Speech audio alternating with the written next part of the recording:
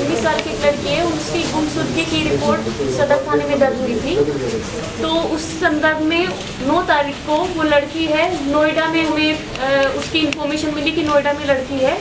तो हमारी पुलिस है वो उनको नोएडा से लेके आई। साथ में वहाँ पे शिवा नाम का एक लड़का था सूर्यनगर का, वो भी वहाँ पे उसको भी हमारी पुलिस नोएडा से लेके आई। लड़की से पूछताछ करके की गई। उस लड़की ने बताया कि उसकी जो उसके पेरेंट्स हैं उसके साथ थोड़ी कहासुनी हो गई थी, तो वो अपनी नानी के पास वहाँ पे दिल्ली में चली गई अकेले। उसने बताया कि उसके साथ कुछ गलत हुआ नहीं है और ना वो किसी के अगेंस्ट कोई कार्रवाई कराना चाहती है। लड़की को उसके पेरेंट्स के हैंडओवर कर दिया गया। लड़का शिवा था, उसके पेरेंट्स हैं नहीं, तो उसके जो ताऊ ताई है उनको बुलाया गया कि आप इनको ले जाइए। उन्होंने मना कर दिया कि उन्होंने आने से मना कर दिया। उसके बाद उनका एक फ्रेंड है, शिवा का फ्रेंड है दीपक, तो उसको कॉल किया गया कि आप उसको ले जाइए, तो उसने भी मना कर दिया कि नहीं। तो उसके बाद जो लड़का था शिवा वो बालिग था, तो उसने बोला कि वो अपने फ्रेंड के पास चला जाएगा, तो उसको पुलिस स्टेशन से फारिग कर दिया 6 बजे के आसपास 10 तारीख को। उसके बाद 10 तारीख को ये प्रदीप है, ये जिंदल हॉस्पिटल में ये कूलर में कुछ पानी वानी भरने के लिए आए हुए थे, वाटर कूलर से पानी भरने के लिए आए थे। तो इनको वहाँ पे मिला, शिवा वहाँ पे था, तो उसने बताया कि उसको भूख लगी हुई है, उसके पास खाने के लिए पैसे नहीं है। तो ये उनको अपने साथ अपने घर पे ले आए, उनको खाना वाना खिलाया। फिर उसने बोले कि उसको कपड़े वगैरह चेंज करने नहाना है, तो वो बाथरूम में नहाने के लिए गया।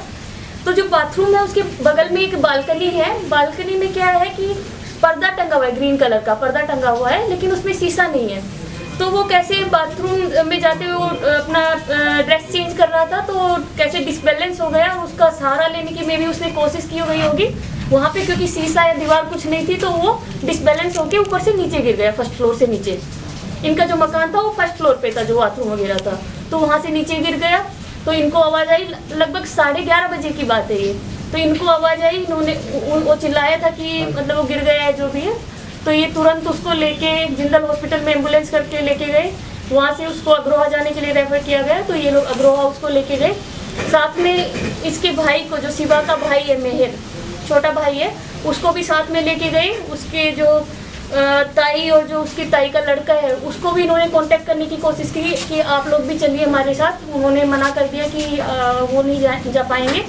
तो उसको अग्रोहा में एडमिट किया गया। अग्रोहा में जो हमें जो समरी मिली है उसमें भी लिखा हुआ है कि वो फॉलन फ्रॉम डेथ, मतलब हाइट कि 11:30 बजे वो हाइट से गिरा है। ये उनकी जो समरी है डॉक्टर की रिपोर्ट है, उसमें भी ये लिखा हुआ है। तो उसके बाद हमारे पास 12 तारीख को आज पता लगा कि उसकी डेथ हो गई है। उसका इनको भी हमें भी रुका मिला और इनको भी सूचित किया गया। तो उसके बाद ये सब इंसिडेंट हुए। तो मैडम आज सुबह परिवार जो कह रहा था कि ऑनर किलिंग हुई है, तो वो किस बेस पे कह रहे थे? उनसे आपने कोई बात पूछी? जी, ऐसा ऑनर किलिंग का तो ना हमारे सामने कुछ भी आया है, क्योंकि सारे तथ्य हमारे सामने हैं। जिनके पास रुका था वो ये यहीं पे हैं, इनके वहाँ पे जो गिरा था वहाँ पे पड़ोसियों ने भी देखा। सारा इंसिडेंट जो भी हुआ था सारा हमारे सामने है। तो ऐसा ऑनर किलिंग की इसमें कुछ भी बात नहीं है।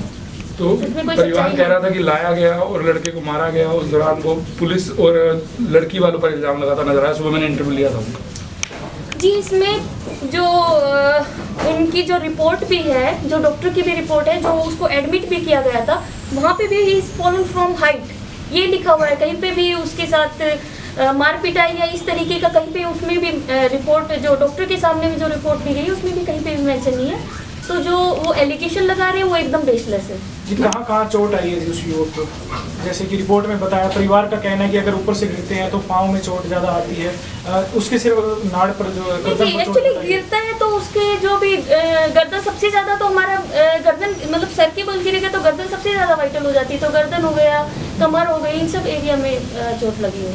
मैम, परिवारजनों का कहना है कि जैसे उसको पकड़ा गया था, जब वो पकड़े गए थे तब इन्फॉर्म किया गया था, जब उसको छोड़ा गया तब हमें बताया नहीं गया। नहीं, ये कहाँ तक गलत है? जी, उनको पूरा बताया गया था। उनके ताऊ ताई से कांटेक्ट करने की कोशिश की गई थी, उन्होंने अपनी असमर्थता जाहिर कर दी।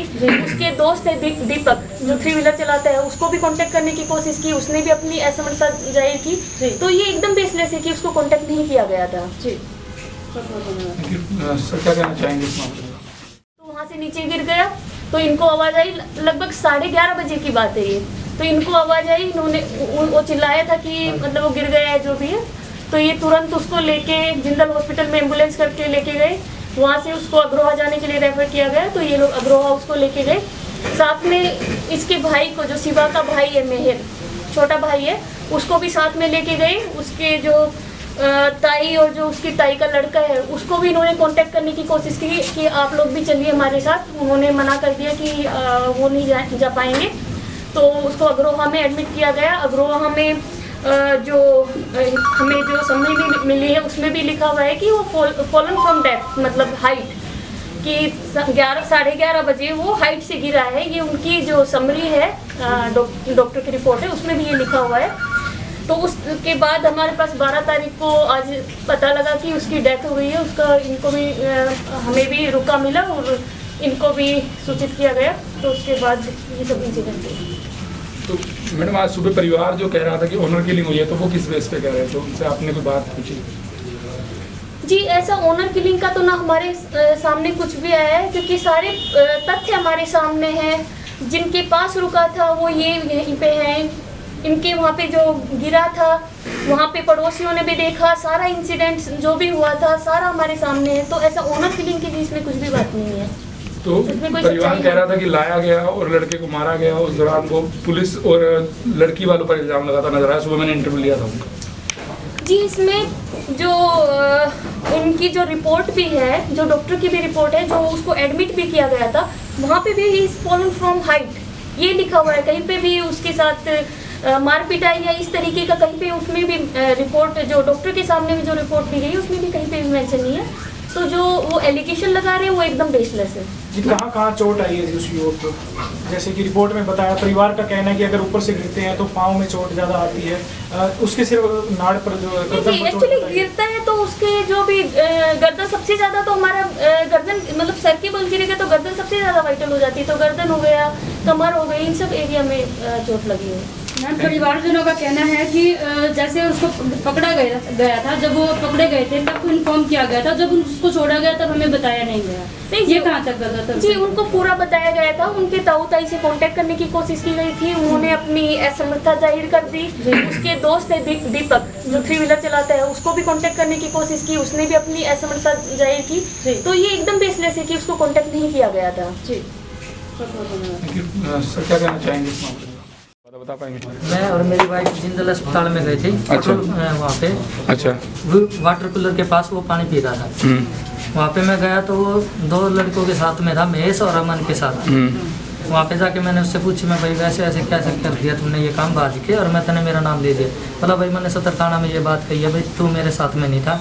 आज मैं गया, वो मैडम भी बोली भाई तू नहीं था। आज आप सुबह जब परिवार के खड़े थे, मैं वहाँ पहुँचा था, तो क्या बहस हो रही थी आपकी?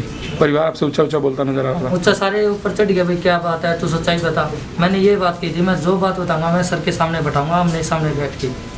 तो फिर मैं अंदर जाके सर से बात करी, उनके घर वाले। आप उसको घर क्यों लेके गए? घर सर उसको खाना नहीं खा रखा था जिंदल अस्पताल में। मैंने इससे ये पूछी भाई आप कहाँ सोओगे? अच्छा। उन्होंने बोला भाई मैं जिंदल अस्पताल के पार्क में सोऊंगा। अच्छा। मैं बोला मैं और मेरी वाइफ है, चल तू मेरे साथ घर पे चल।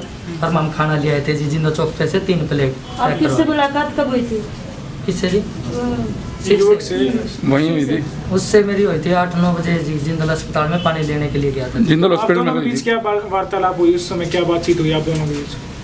जिंदल अस्पताल में जब आप लोग मिले तो उस टाइम क्या बातचीत हुई आप दोनों के बीच में? उसने क्या बताया कि वो कहाँ से आया है, क्या कुछ? नहीं, ये नहीं बताई सर। वो जो दूसरे मेरे यार दोस्त है ना जी, उनको बताइए जी वो कहाँ से लेके आया, कहाँ से नहीं। सर से मिलवा दिया जी मैंने उनको।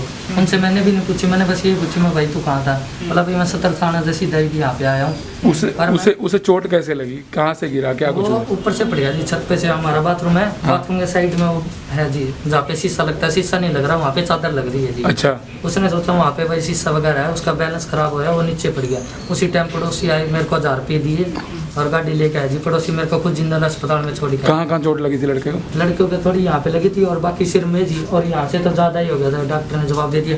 और एक उसके यहाँ पे थे जी, और एक उसके यहाँ पे दिक्कत बताइए जी। तो कहाँ ले गए थे आप उसे? मैं जिंदल अस्पताल में ले गया था, मेरे पास पैसे थे नहीं। नर्स ने बोली आप इसको अग्रवाल ले जाओ अभी। तो मैंने इसकी मौसी के लड़के के पास फ़ोन करा। और तो जिंदल के बाद हाँ जी, उसके बाद मैंने फ़ोन करा, मैं ऐसे ऐसे बात होगी, वो सब मना कर गया, उनका नाम इसके आगे ना मैं पीछे। मैं बोला कोई इसकी भाई बुआ बाबा का कोई नंबर दे दो, वो है जो मोसी है महावीर कॉलोनी वाली, उसका ने बोला मेरे पास नंबर नहीं है। फिर उसका कोई ताऊ का लड़का है जी, काली नाम है उसका, बोला उसका नंबर था मैं बात करूँ।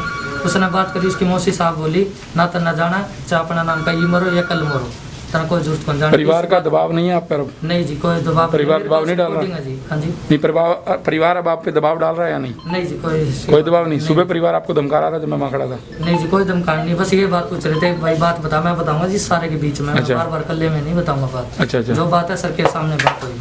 थैंक तो यू। आपका घर जो है क्या वहाँ चिनाई चल रही थी या मतलब नहीं नहीं सर, मैं किराए पे रहता हूँ। ओके ठीक है जी, वो वैसे ही छोड़ रखा है मकान मालिक ने। अच्छा। हाँ जी, वो कंप्लीट नहीं था मतलब हाँ मकान? जी, कंप्लीट नहीं है जी वो मकान। अच्छा, इसी वजह से वो। हाँ जी, इसमें से पूछताछ इंक्वायरी वगैरह की है। लड़का बिल्कुल स्वस्थ हालात में जिंदल हॉस्पिटल, सदर थाने से जिंदल हॉस्पिटल तक आया है। आपने 2 मित्रों से मिला है, वहीं इन प्रदीप से मिला, प्रदीप के पास उनके घर गया और वहाँ जो गिरा है, गिरने के बाद पड़ोसी ने उठाया है, गाड़ी दी है, इसको 1000 रुपये दिए, जो ये बता रहे वर्ष में बता रहे हैं। उस आधार के ऊपर इन्होंने एक बड़ी शानपत के उसके भाई को साथ ले लिया। उसके भाई ने और इन्होंने उनसे कॉन्टेक्ट करने की कोशिश की, वो रिकॉर्डिंग भी इसके पास है। और उसके बाद अगर वो एडमिट किया, इसने इंसानियत का परिचय दिया है। अगर पुलिस मारती तो वहीं कुछ घटना होती। आराम से आया है, जिस टाइम इनसे मिला हमने इनसे पूछताछ की, कोई चोट वगैरह उसने कोई कंप्लेंट की भी, पुलिस ने पीटा, उसने बिल्कुल मना कर दिया। उसके भाई को बताया भी मैं गिरने से हो गया, लेकिन अब परिवार किसी के बहकाव में आकर के कैसे क्या कर रहे हैं। अगर वो इलिगेशन लगा रहे हैं अभी पुलिस की कस्टडी में कि कभी कुछ बोल रहे हैं कभी कुछ बोल रहे हैं। सच्चाई सामने है, इनको आमने सामने करवा दिया, रूबरू करवा दिया। और सीसी फुटेज वगैरह, जिंदल हॉस्पिटल की सीसी फुटेज वगैरह, एम्बुलेंस के ड्राइवर की स्टेटमेंट वगैरह, पड़ोसी सब कुछ हमने कर लिया, क्लियर पोजीशन है। परिवार का ये कहना है कि जब उनसे बात हुई तो कहा गया था कि इस लड़के के खिलाफ मामला, कि लड़की ने जो है इसके खिलाफ बयान दिए हैं लड़के के, तो इसलिए इसे अंदर रखा जाएगा, ऐसा परिवार का कहना है। और जबकि वो लड़के को छोड़ दिया गया। लड़के का ताऊ उसकी मुस्सी वगैरह को बुलाया था, उनको भाई तुम ले जाओ। उन्होंने स्पष्ट में इनकार कर दिया, भाई हम इससे थके हुए हैं, इससे परेशान हैं, हम इनको नहीं ले जाएंगे। उन्होंने बताया, चले गए, सुबह बताया था उन्होंने, वो चले गए। सर क्या बात कर सकते हैं? हाँ बिल्कुल।